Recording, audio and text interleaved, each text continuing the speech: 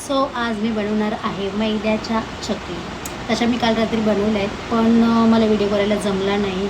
Haircuts आणि तुम्हाला तर माहिती मी पार्लरचं काम करते, खूप काम होतं.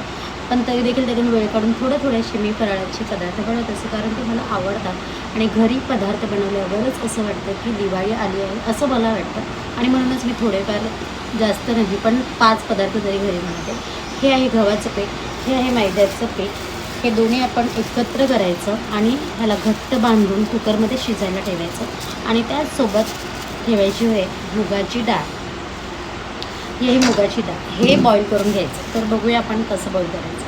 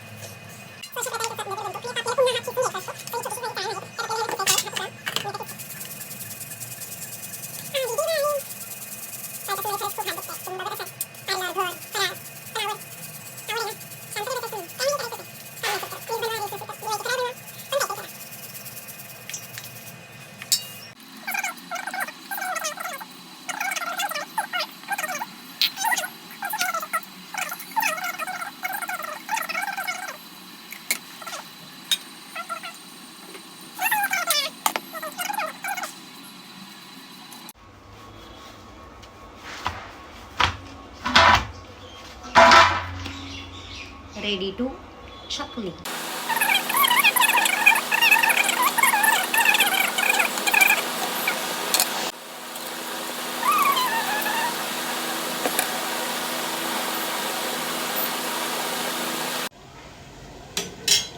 सो गाईज, अशा प्रकारे मी सगळ्या चकल्या ज्या आहेत त्या पाडून घेतलेल्या आहेत. खाली पेपर्सवर पण थोड्याशा पाडलेल्या आहेत.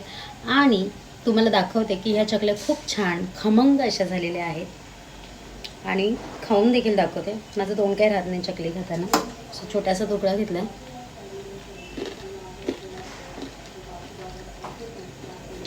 खूपच छान झालेले आहेत, खमंग झालेले आहेत, खुसखुशीत झालेले आहेत. तुम्ही पण ट्राय करून बघा.